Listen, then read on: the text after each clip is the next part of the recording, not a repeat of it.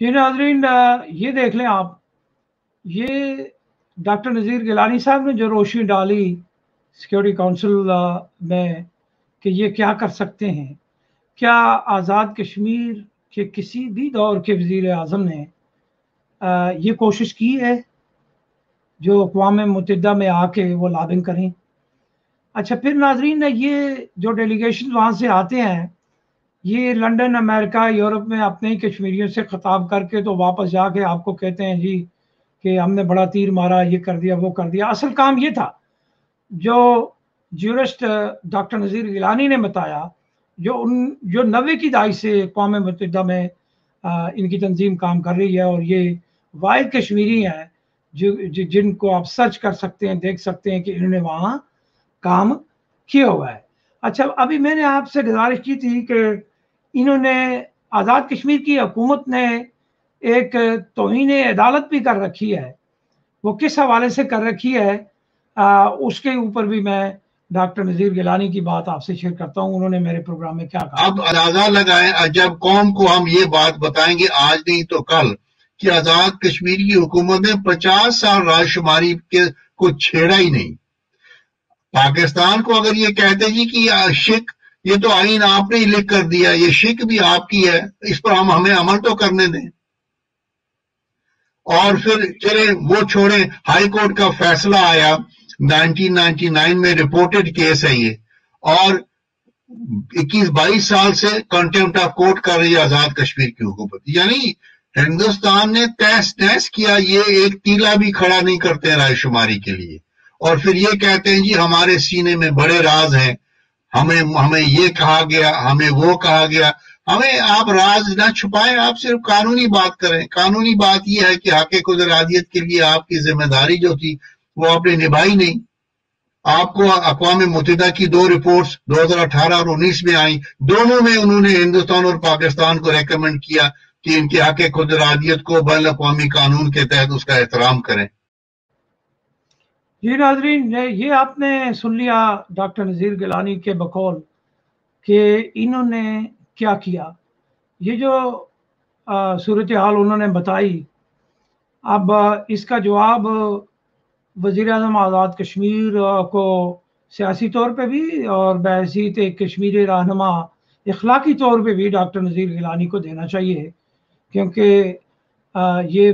وزارت عظمیٰ کے منصب پر ہیں، اور نہ بھی ہوں تو ایک سیاسی رہنما ہونے کے ناطے ان کو تو ڈاکٹر نذیر گیلانی کے ساتھ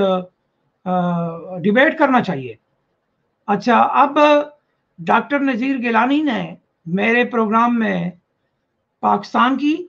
اور آزاد کشمیر کی قیادت کے لیے چیلنج چھوڑا مناظرے کا۔ ناظرین، یہ وہ قانونی اور آئینی باتیں ہوتی ہیں جو عام بندہ نہیں کر سکتا۔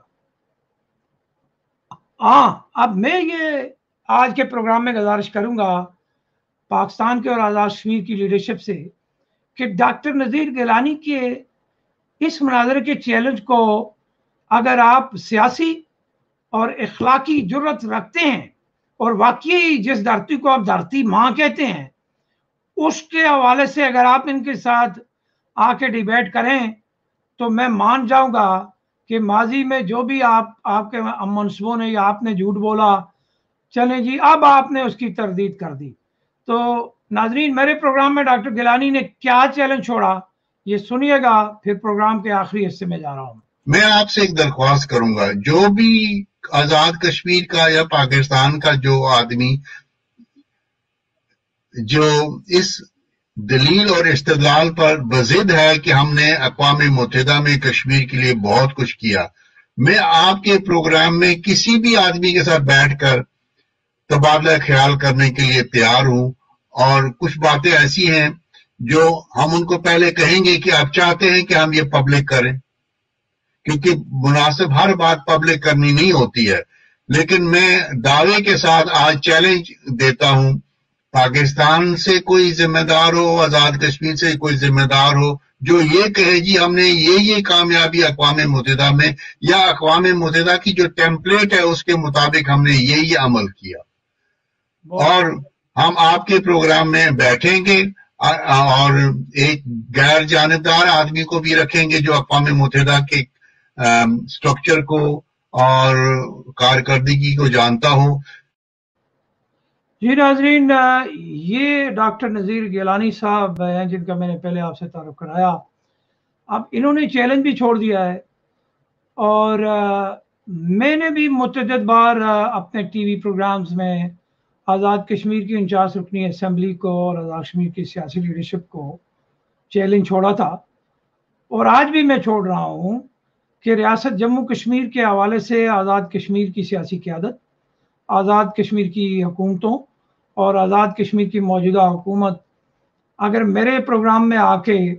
میرے سوالوں کے جواب دے سکتے ہیں تو میں ان سے ریکویسٹ کروں گا کہ آئیں، میرے پروگرام میں آئیں. ہم اللہ کو حاضر و ناظر جان کے ریاست جموں کشمیر کی بین الاقوامی حیثیت و اہمیت کو سامنے رکھ کے بات کریں گے کہ آزاد کشمیر کی لیڈرشپ نے اور مقبوضہ کشمیر کی لیڈرشپ نے آج تک اس تحریک آزادی کشمیر کے لیے عملی طور پہ کیا کیا ہے. الیکشنوں کے دوران دھرتی ماں ہو جاتی ہے، اور جب جھنڈیاں لگ جاتی ہیں تو پھر ماں کا خیال نہیں آتا ہمیں. تو ناظرین، یہ بھی آج کے اس پروگرام میں ہم یہ سمجھ پائے کہ ہم جو کشمیری ہیں، ہمیں بین الاقوامی ادارے اقوام متحدہ نے ڈیفائنڈ کر کے رکھا ہوا ہے سیکورٹی کونسل میں کہ ہم لوگ ہیں کیا. اور یہ جو ریاست جموں کشمیر کا مسئلہ ہے، یہ نہ تو علاقائی مسئلہ ہے نہ علاق کا مسئلہ ہے، یہ حق خود ارادیت کا مسئلہ ہے. اور اس حق خود ارادیت کے مسئلے کو انڈیا اور پاکستان نے اقوام متحدہ کے اندر مان کے رکھا ہوا ہے. اب ہوا کیا، بعد میں انڈیا اور پاکستان نے جو خفیہ معاہدے کیے، میٹنگز کی، یا اقوام متحدہ کے ٹیمپلیٹ سے ہٹ کے کہا کہ جی ہم تو ڈائلاگ کے ذریعے مسئلوں کو حل کریں گے، تو وہ ایک سازش تھی اس تحریک کو سبوتاج کرنے کے لیے. اور اب بھی آپ نے دیکھا کہ انڈیا کی طرف سے بھی ملاقات کی ہے سیاسی لیڈرشپ نے وہاں جا کے، تو وہ بھی اسی طرح والے لوگ ہیں جو ہاتھ باندھ کے تو کہتے ہیں جی کہ مائی باپ جو آپ کہیں گے وہی ہوگا. تو اس طرح کی لیڈرشپ کیا ہمیں کیا یہ ریاست جموں کشمیر کی بحیثیت لیڈر وکالت کر سکتے ہیں جو ایسے ہاتھ جوڑیں؟ اور یہ تو ایسے کرتے ہیں، یہ تو ایسے دونوں ہاتھوں سے پاکستان کو سلام کرتے ہیں، اور جو مقبوضہ کشمیر والے ہیں وہ اس طرح کرتے ہیں. تو اس طرح کرنے والے کیا ہمیں ریاست جموں کشمیر لے کے دے پائیں گے؟ اور یہ جو جھوٹ تسلسل کے ساتھ بولا جا رہا ہے، اس کے اوپر آپ نے کام رکھنا ہے اور ان کی باتوں میں نہیں آنا. عمران خان صاحب پاکستان کے وزیر اعظم ہیں، اور وہ کوئی بھی قدم اٹھائیں گے. آپ کو پتہ ہے نا کہ انہوں نے گلگت بلتستان کو بھی ایک آرڈیننس کے ذریعے سیٹ اپ دیا، کیا وہ صوبہ بن گیا؟ وہ صوبہ تو بن ہی نہیں سکتا. اچھا، اب اس چیز کو یہ لوگ اچھال رہے ہیں آپ کا ووٹ نکالنے کے لیے، تاکہ کل کو یہ دوبارہ اسمبلی میں آ کے تو سٹیٹس انجوائے کر سکیں. باقی آزاد کشمیر کی قانون ساز اسمبلی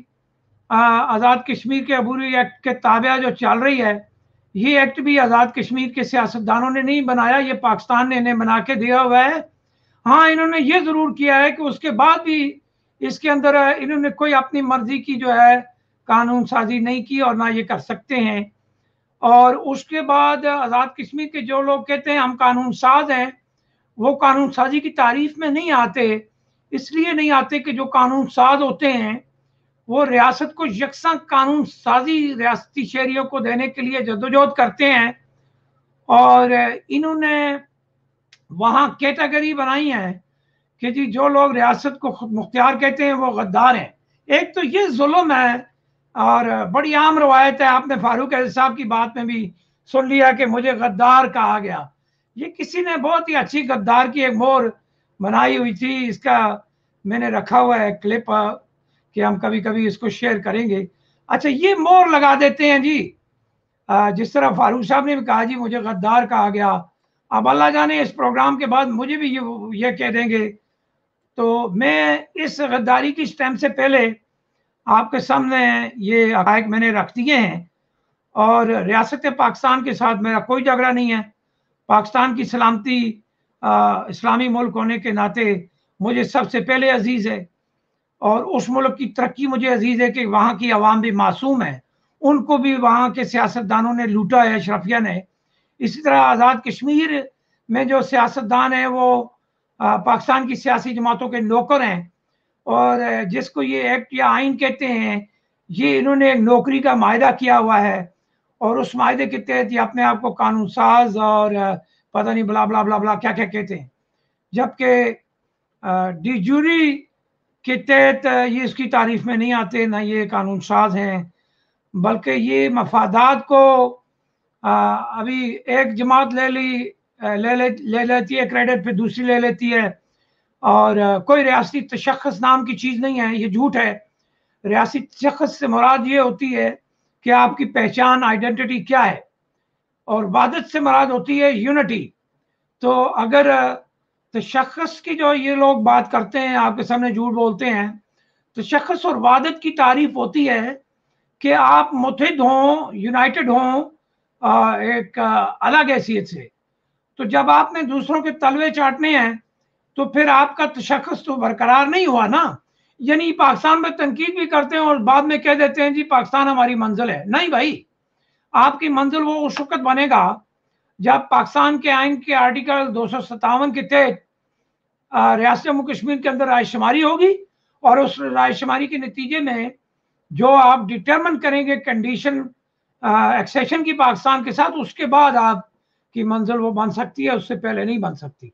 تو اس لیے یہ کہنا یہ سب جھوٹ ہے، فراڈ ہے، دھوکہ ہے، اور پھر تعلیمات اسلامی کے بھی خلاف ہے۔ تو اس لیے میں آخر پہ یہی کہوں گا کہ آزاد کشمیر کی جب سے یہ اسمبلی قائم ہوئی اس دن سے آج تک آپ کے ساتھ تسلسل کے ساتھ جھوٹ بولا جا رہا ہے، بددیانتی کی جا رہی ہے منصب سے، اور یہ آگے بھی بولا جائے گا۔ اور اب جو ٹیم آئے گی وہ بھی آپ دیکھ لیں نا، جو بندہ کہتا ہے جی میرے پاس نیا ویژن ہے، جب آپ اس کی باتوں کا غور سے سنیں گے وہی کچھ ریپیٹ کر رہا ہے جو اس سے پہلے لوگوں نے کیا ہوا ہے۔ تو اس لیے یہ جھوٹ بولنے والا ٹولہ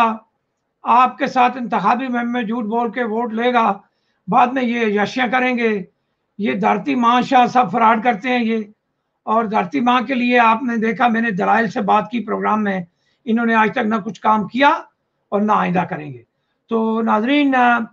اس دعا کے ساتھ کہ اللہ تعالیٰ ہمیں سچ بولنے، اس پہ عمل کرنے کی توفیق دے، اس ویڈیو کو خود بھی دیکھیں اور دوستوں کے ساتھ بھی شیئر کریں۔ تو اپنا اور اپنے گردنواں کا بہت خیال رکھیے گا۔ خورشید زمان عباسی کو اجازت دیجیے۔